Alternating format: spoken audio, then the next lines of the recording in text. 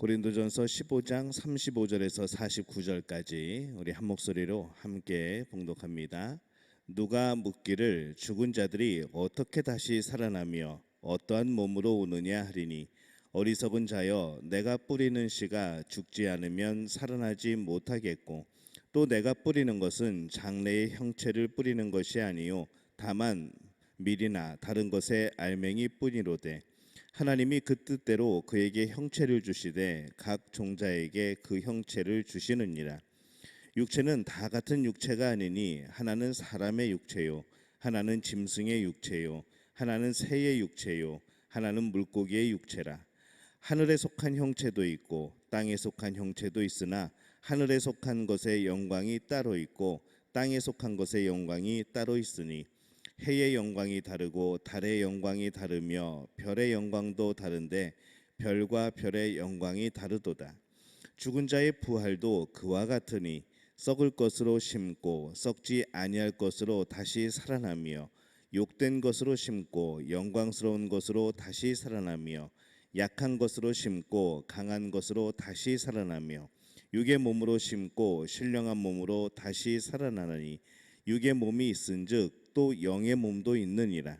기록된 바 첫사람 아담은 생령이 되었다 함과 같이 마지막 아담은 살려주는 영이 되었나니 그러나 먼저 신령한 사람이 아니요 육의 사람이요 그 다음에 신령한 사람이니라. 첫사람은 땅에서 났으니 흙에 속한 자이거니와 둘째 사람은 하늘에서 나셨느니라.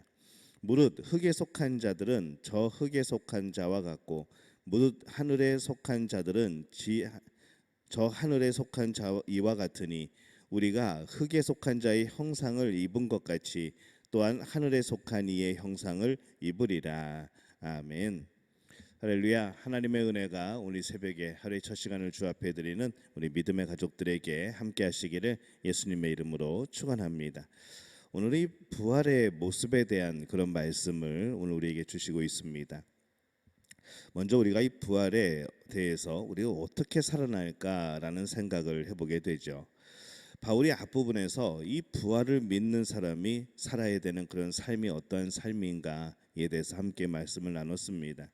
죽음에서 생명으로의 삶인 것이죠. 우리의 열정을 또 우리의 가슴을 뜨겁게 하는 삶. 그러나 이 부활에 대해 생각하면은 참 많은 여전한 그런 의문들이 있고 우리의 그런 부족한 지혜들이 있습니다.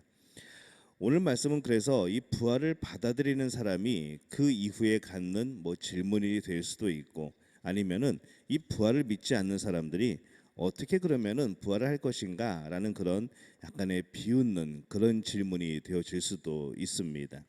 35절에 이렇게 말씀하죠. 누가 묻기를 죽은 자들이 어떻게 다시 살아나며 어떠한 몸으로 오느냐 하리니 라고 말씀을 합니다. 이 헬라어 문장은 그러나라고 시작을 합니다. 근데 이런 뜻이죠. 일단 믿는다고 치고 그런데 그렇다면은 대체 어떻게 죽은 자가 산 사람으로 부활할 수 있습니까? 라는 질문입니다. 이런 이제 어감인 것이죠. 이것을 질문으로 하는 사람들은 답을 얻게 되는 것이고 이것을 조롱하는 사람들은 답을 얻지 못하게 되는 그러한 모습입니다. 부활은 예수님을 제외한 그 누구도 경험한 적이 없습니다. 부활은 인간적인 능력으로는 이해가 안 되는 것이죠. 죽은 사람의 경우 모든 것이 부패하였고 땅에서 완전히 사라져버렸는데 어떻게 다시 부활할 수 있을까라는 겁니다.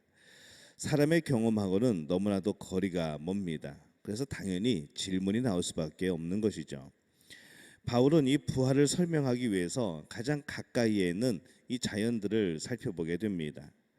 그래서 36절에서 37절에 보면은 어리석은 자여 내가 뿌리는 씨가 죽지 않으면 살아나지 못하겠고 또 내가 뿌리는 것은 장래의 형체를 뿌리는 것이 아니요 다만 밀이나 다른 것의 알맹이 뿐이로되 라고 말씀을 합니다. 씨앗을 보면은 씨앗이 심겨져 죽습니다. 그리고 그것이 싹이 트고 자라나서 또 식물이 되는 것이죠. 이 변화를 생각해 보게 될 때에 씨앗은 분명히 죽었지만 그 씨앗은 죽은 것이 아니라 식물이나 나무로 또 시작이 되어집니다. 죽은 것 같았지만은 오히려 씨앗일 때보다도 더 풍성하게 새로 바뀌어서 나타나는 겁니다. 그래서 씨앗을 보면은 그것이 큰 나무가 될 것이라고는 때로는 상상하기 힘듭니다. 하지만은 그 한 알의 씨앗이 큰 나무가 되는 것을 보면은 참 신기한 겁니다. 씨앗이 나무가 되는 것은 우리가 경험을 하기 때문에 당연히 우리가 알고 있습니다. 이것에 대해서 뭐 의문을 품는 사람은 없죠. 근데 이 사람이 죽어서 부활하는 것은 아직 경험하지 못했습니다. 그렇기 때문에 우리가 그것에 대해서 잘 알지 못합니다. 그러나 만약 죽은 사람이 살아나는 것을 직접 경험하게 되면 씨앗이 나무가 되는 것과 그렇게 큰 차이를 느끼지 못한다는 겁니다. 어찌하면은 이 씨앗이 죽어서 나무가 되는 것이 더 신기할 수도 있게 되는 것이죠. 그래서 부활은 단지 경험하지 못하였다는 것 때문에 사람들이 믿지 않는 그런 경향이 강합니다. 하나님께서 많은 것을 창조하셨습니다. 오늘 말씀의 39절에 보면은 육체는 다 같은 육체가 아니니 하나는 사람의 육체요, 하나는 짐승의 육체요, 하나는 새의 육체요, 하나는 물고기의 육체라라고 말씀을 합니다. 하나님께서 이 사람의 육체는 다른 것과 다르게 창조를 하셨습니다. 영광이 다르다고 말씀을 하죠. 사람은 그 다른 피조물들의 영광과는 다릅니다. 왜냐하면 가장 존귀한 존재로 하나님의 형상을 따라 지음받은 존재로 그렇게 창조가 됩니다. 그런 존귀함이 지금 이 땅에서는 그렇게 드러나지 않는 것처럼 보이죠. 그래서 사람들이 때로는 동물을 부러워하기도 하고 뭐 별과 우주의 별과 비교하면서 우리는 참 작은 존재라 그렇게 우리는 인식을 합니다. 그러나 그것은 부활이 없는 인간을 생각할 때는 뭐 먼지라고 여겨질 수도 있고 그렇습니다. 하지만은 이 부활이라는 것을 생각하게 될 때에 인간의 가장 존귀한 모습, 하나님이 인간에게 주신 놀라운 복의 모습이 그 안에 있다는 겁니다. 그러면 어떤 몸이 될까라는 질문을 던져보게 되죠. 부활한 사람의 모습이 어떻게 될지 생각하는 것은 뭐 좋은 그런 생각입니다. 그 모습이 지금은 잘 그려지지 않습니다. 하지만은 늘 생각해 봐야 되는 것이죠.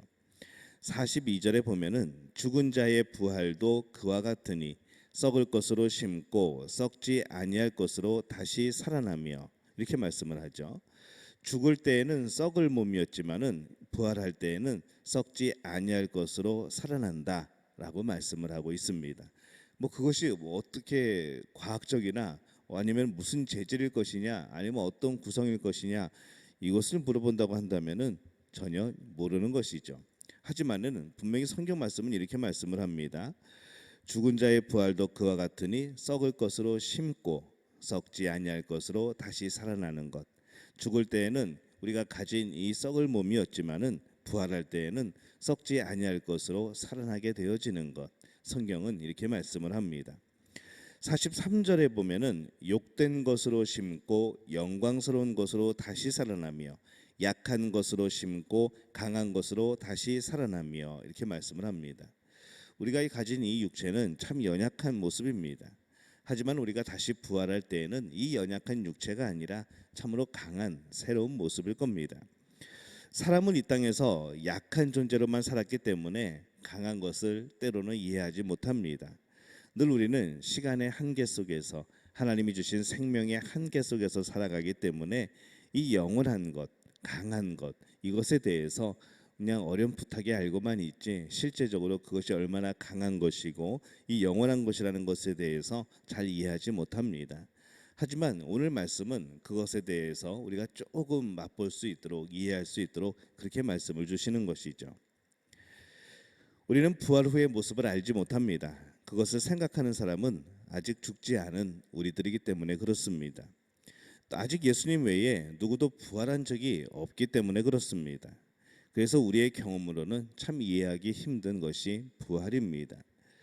그래서 하나님의 말씀을 의지하여서 이해할 수밖에 없는 것이죠. 더 이상 자신의 이해만으로 이해하려고 하지 말고 이 하나님이 주시는 말씀 속에서 우리는 좀 이해하는 그런 마음을 가져야 되겠습니다. 믿음으로 이해하지 못하면 누가 부활의 몸을 이해할 수 있겠습니까? 어떤 실험실에서 이것을 증명해낼 수가 있겠습니까? 우리의 몸은 완전히 바뀐다라고 말씀을 합니다. 44절에 보면은 육의 몸으로 심고 신령한 몸으로 다시 살아나나니 육의 몸이 있은즉 또 영의 몸도 있느니라 이렇게 말씀을 합니다. 우리가 죽을 때에는 지금 모습이지만 이 부활할 때에는 신령한 모습, 신령한 몸으로 부활한다라고 말씀을 합니다. 신령한 몸이라는 것은 육이 없는 몸이 아니라는 것이죠. 영원히 사는 존재가 되어진다는 겁니다. 모든 면에서 변화되어진 존재가 되는 겁니다. 나는 분명히 나인데 완전히 바뀌어 있는 그런 신령한 나를 발견하게 되는 겁니다. 부활한 우리의 모습은 무엇보다도 주님을 닮아 있겠죠. 그냥 우리의 모습이 있지만 주님을 닮아 있는 것, 우리가 늘 이 땅에서 바라고 소망하는 것 아니었습니까?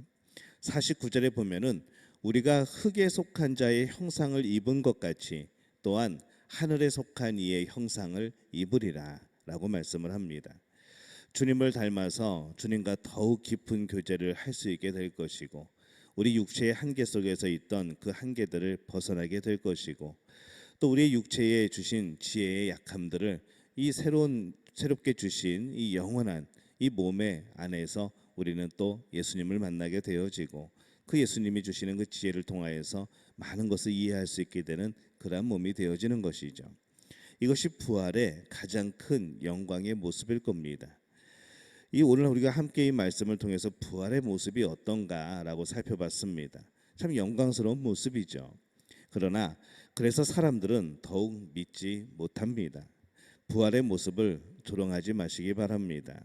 부활의 모습을 쫓아가는 것이죠. 이해하지 못한다고 하여서 부정하면 어리석은 사람입니다. 이해하지 못하지만 분명히 우리의 모습이고 우리가 잃어버렸던 모습이기도 합니다. 부활을 소망하는 사람들, 그 사람이 하나님의 자녀이고 천국을 소망하는 사람들입니다. 부활의 영광의 모습을 상상하면서 이 땅에서 그 부활의 생명에 참여하는 주신 말씀 통하여서 이 부활의 신앙을 굳건히 붙드는 우리 믿음의 가족들이 되어지시기를 예수님의 이름으로 축원합니다.